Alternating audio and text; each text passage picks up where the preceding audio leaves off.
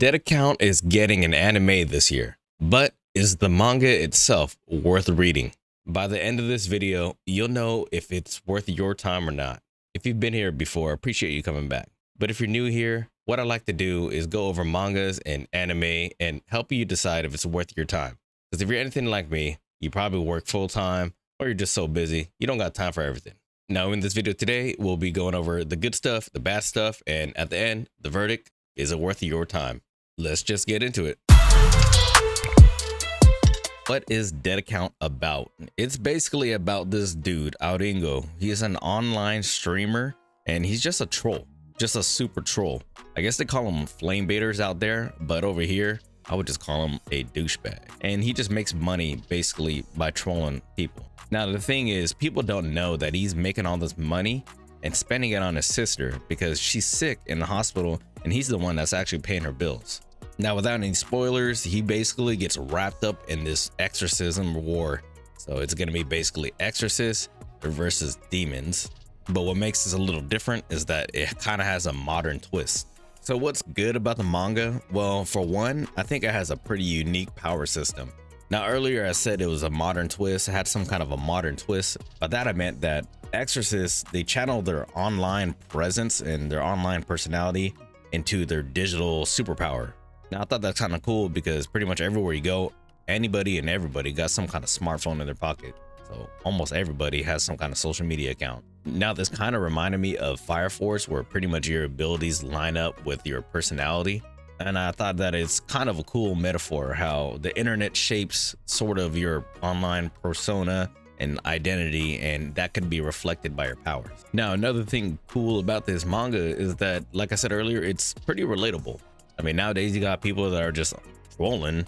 You got clout chasers, you got people that into the cancel culture, you got those online toxic people. So it's pretty realistic to see that, and it's kind of cool to see that reflected in a manga. Just that idea alone was just kind of interesting to me because I can appreciate the fact that they're trying to take something current and relevant and pair it up with a classic concept of exorcists versus demons. Now, lastly, I think the presentation and the actual artwork itself is actually really clean. I haven't seen too much of the previews of what they got going on for the upcoming anime, but the manga itself is pretty awesome in my opinion. I like the details and artwork. It's pretty consistent throughout the whole thing so far of what I've read. And the tone of the artwork really does match up with the vibe that they're giving off. I mean, sometimes it's humorous, sometimes it's pretty serious, but the artwork really lines up with it. So that was the cool stuff to me, but what was the stuff that I didn't find so hot?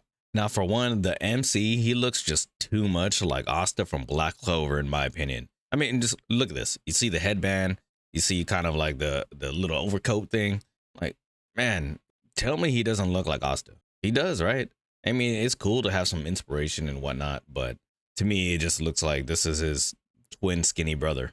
Now, secondly, I know this isn't a manga panel, but man, sometimes I'll say this manga has way too much text on each page.